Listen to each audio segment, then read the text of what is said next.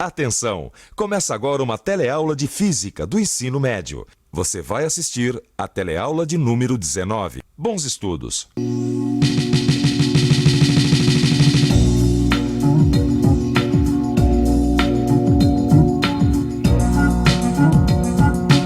Se você já desceu a serra algum dia, então com certeza você já passou pela experiência de ensurdecer.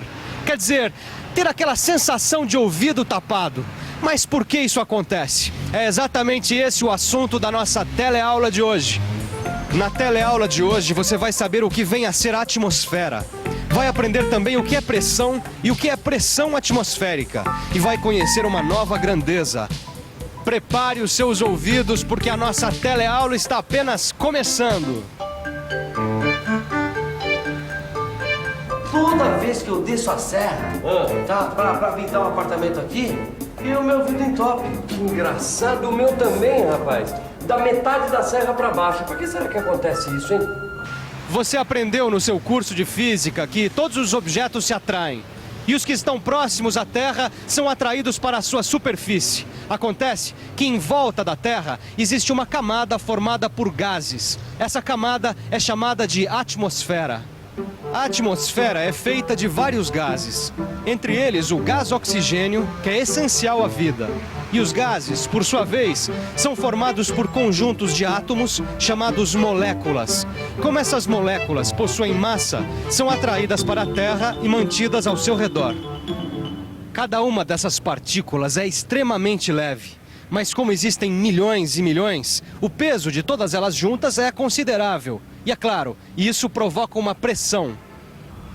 Pressão e força são a mesma coisa, né, Maristela?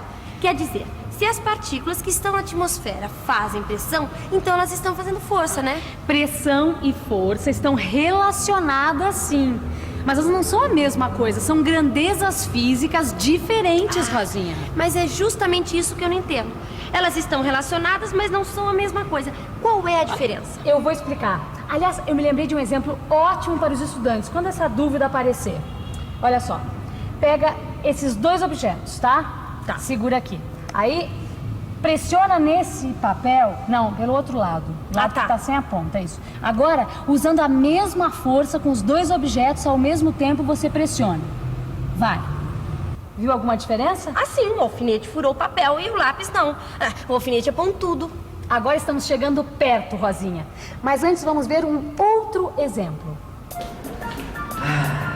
Aqui, Vicente, acabamos, meu amigo. Não acabamos não, ó. O patrão pediu pra eu pendurar esse quadro aí na parede. Eu vou pendurar, daí nós vamos embora. Tá certo. Mas enquanto isso eu vou dar uma olhadinha ali na janela, ó. Tá bom. Segura aí. Vicente! Olha só que marzão, meu compadre! Olha, antes de subir a serra, nós vamos dar mergulho. Oxe, vamos! Vamos mesmo, olha. Vamos dar mergulho? Vamos. Não, eu fiquei distraído que eu peguei justamente um prego defeituoso, olha só. Mas isso aqui tá sem ponta. Ah, mas esse aqui tá bem pontudinho, ó. Esse aqui vai entrar fácil. Agora é engraçado, hein? Por que você bate com a mesma força nos dois pregos e o que é mais pontudo entra com mais facilidade na parede? Olha, eu não sei, o que dá pra perceber é que a região que encosta na parede no prego pontudo é menor. Ah, rapaz, eu acho que deve ser por aí, viu? Porque, olha, os dois pregos têm superfícies de contato com a parede de tamanhos diferentes. E, ó, esse aqui que não tem ponta, ele tem mais área em contato com a parede. Eu acho que é por aí, viu, Vicente? Ah, deve ser por aí, viu? Mas você sabe exatamente por quê?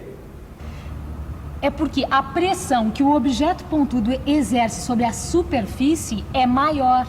A área de contato entre o alfinete e o papel, ou seja, a área onde aplicamos a força, é menor. Por isso, apesar de usarmos forças iguais, a pressão, no caso do alfinete, é maior. Por isso, furamos muito mais facilmente o papel com o alfinete. Deixa eu ver se eu entendi. Quanto menor for a área de contato entre o objeto e a superfície, maior será a pressão exercida pelo objeto sobre essa superfície? Ah, tá bom. Então, e se eu usasse dois alfinetes com pontas iguais? Neste caso, as áreas de contato serão iguais, mas aí entra a intensidade da força aplicada. Quanto maior for a força aplicada, mais o alfinete vai furar o papel, pois maior será a pressão. Entendeu? Você já reparou que essas duas observações são diferentes? Pode-se dizer que a pressão é inversamente proporcional à área de contato e diretamente proporcional à força. Por isso, se empurramos o lápis e o alfinete fura o papel, ou pelo menos deixa uma marca, porque a pressão exercida pelo alfinete sobre o papel é maior. Olha, se você andar na praia de salto alto, você vai ter muito mais dificuldade de andar do que você estivesse descalça ou de chinelo. Sei. Quanto menor for a área de contato com a superfície, maior será a pressão. Eu tô começando a entender melhor o conceito de pressão. E para deixar bem claro, Rosinha, nós podemos definir do seguinte modo: pressão é igual à intensidade da força aplicada dividida pela área onde essa força é aplicada. Mas afinal de contas, qual é a relação entre pregos, alfinetes, força, pressão e essa sensação desagradável de ouvido tapado? Bem, todo mundo sabe que sobre as nossas cabeças existe ar e que o ar tem peso. Logo, o ar exerce pressão sobre as nossas cabeças. Mas não somente sobre as nossas cabeças, mas sobre toda a superfície da Terra. Essa pressão é chamada de pressão atmosférica. Agora pense comigo, se a pressão depende da quantidade de moléculas que existe no ar, então quanto maior for a espessura da atmosfera, maior será a pressão. A pressão varia de acordo com a altitude, que é a altura do local em relação ao nível do mar. Então, quanto mais próximo você estiver do nível do mar, ou seja, quanto menor for a altitude, maior será a pressão. À medida que descemos a serra, a pressão atmosférica aumenta, pois a camada de ar que está sobre as nossas cabeças é maior. Este aumento de pressão é o que causa a sensação desagradável nos ouvidos. E é possível medir a pressão atmosférica? Olha, Rosinha, até o século XVII se sabia muito pouco sobre pressão atmosférica. Só que aí um físico italiano chamado Evangelista Torricelli, lá por volta de 1630, realizou uma experiência que não só comprovou a existência da pressão atmosférica, como determinou o seu valor. Torricelli teve uma ótima ideia. Ele pegou um recipiente cheio de mercúrio, aquele líquido cinzento utilizado nos termômetros, depois pegou um tubo fechado de um lado e o encheu com mercúrio. Tampando a outra extremidade, mergulhou o tubo no recipiente com a parte tampada virada para baixo. Ao destampar o tubo, ele observou que a coluna de mercúrio desceu até atingir uma certa altura, 76 centímetros. Então, Torricelli concluiu que a pressão exercida pela coluna de mercúrio é igual à pressão atmosférica, pois ela é capaz de equilibrar a coluna. Preste atenção que dentro do tubo, uma região fica sem ar, é o chamado vácuo. Daí Torricelli concluiu que a pressão atmosférica equivale à pressão exercida por uma coluna de mercúrio de 76 centímetros de altura. E como o mercúrio é representado pelas letras H maiúscula e G minúscula, ele chegou à seguinte expressão: pressão atmosférica é igual a 76 centímetros de mercúrio.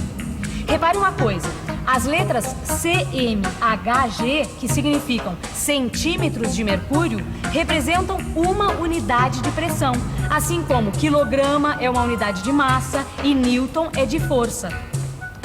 Foi criada uma outra unidade de pressão chamada atmosfera, designada pelas letras ATM, e que equivale à pressão atmosférica.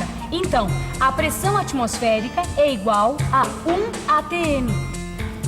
Portanto, já que 76 centímetros de mercúrio equivalem à pressão atmosférica, podemos dizer que 1 ATM equivale a 76 centímetros de mercúrio. Ô, banho de mar bom, hein? Ó, rapaz, nem me fala. Ah, rapaz, agora, se você quiser saber, me deu uma dor de ouvido, olha. É verdade, cara? Mas foi dor mesmo ou foi aquela sensação estranha de quando a gente desce serra? Que sensação estranha que nada, rapaz. Foi dor de ouvido mesmo. Quando eu pulei, quando eu cheguei lá no fundo, nossa, começou a dar uma dor de ouvido. Ai. Que coisa estranha, rapaz. O que será que foi? Será que isso aí tem a ver com pressão? Sei lá. Mas espera aí. Vamos pensar um pouco? Vamos pensar um pouco. Deixa eu ver. Acima das nossas cabeças, além da coluna de ar, existe também uma coluna de água que também tem peso e, portanto, exerce pressão sobre nós. É isso. A pressão no fundo do mar é igual à pressão atmosférica mais a pressão da coluna de água. Pobre tímpano, tinha que doer mesmo.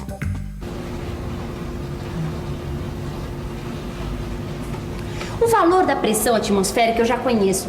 Agora, como é que eu vou calcular a pressão dessa coluna de líquido? Bom, nós já sabemos que a pressão é a relação entre a força aplicada e a área, certo? Então, a primeira coisa que nós temos que fazer para obter o valor da pressão da coluna de água é calcular a força que ela faz. Isto é, Ah, já sei, o seu peso. E eu já sei que o peso é o produto da massa pela aceleração da gravidade. nesse caso que nós estamos analisando, o peso será dado pelo produto da massa da coluna pela aceleração da gravidade. Mas como é que eu vou calcular a massa da coluna de líquido? Bom, esse é um novo problema e para resolver esse problema nós vamos ter que entrar em contato com outra grandeza física, que é a densidade. Outro fato importante é que a densidade de um objeto não depende do tamanho do objeto, já a massa depende. Isso quer dizer que quanto maior for o objeto, maior será a sua massa, mas a densidade será a mesma. E para representar a densidade, normalmente a gente utiliza a letra minúscula D. Bom, densidade de um objeto é igual à sua massa dividida pelo seu volume. Agora nós já temos condições de calcular a pressão da coluna de líquido que você queria saber. Bom, para isso nós vamos calcular o seu peso, utilizando o conceito de densidade. Vamos ver? Usando a definição de densidade, nós podemos escrever a massa da coluna como o produto da densidade do líquido pelo volume da coluna. Para calcular o volume da coluna, basta multiplicar a área da sua base pela sua altura, que é a profundidade onde o mergulhador se encontra. Então, substituindo o volume, podemos escrever a massa da coluna como o produto da densidade do líquido, da área da base e da altura da coluna. Ótimo! Agora basta lembrar que a pressão é a força dividida pela área, como nós vimos agorinha. E neste caso, a força é o peso da coluna, que é o produto da massa da coluna pela aceleração da gravidade. Agora, nós substituímos a expressão que encontramos para a massa da coluna e chegamos à seguinte equação.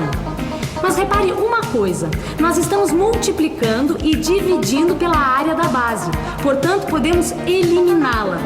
Então, a pressão exercida pela coluna de líquido sobre um mergulhador é o produto da densidade do líquido pela aceleração da gravidade pela altura da coluna.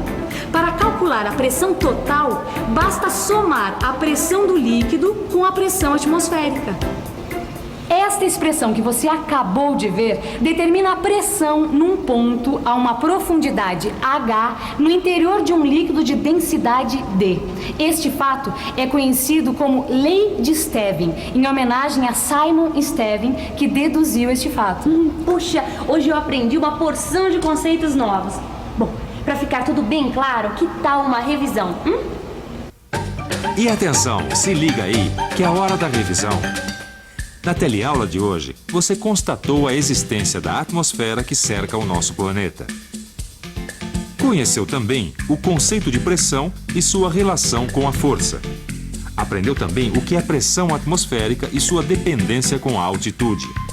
Conheceu, por fim, o conceito de densidade e também aprendeu como calcular a pressão exercida por uma coluna de líquido. Mas para que tudo isso que você aprendeu fique bem entendido, é muito importante que você estude o seu livro de física. Com ele, você vai aprofundar conceitos e resolver exercícios. Até a próxima!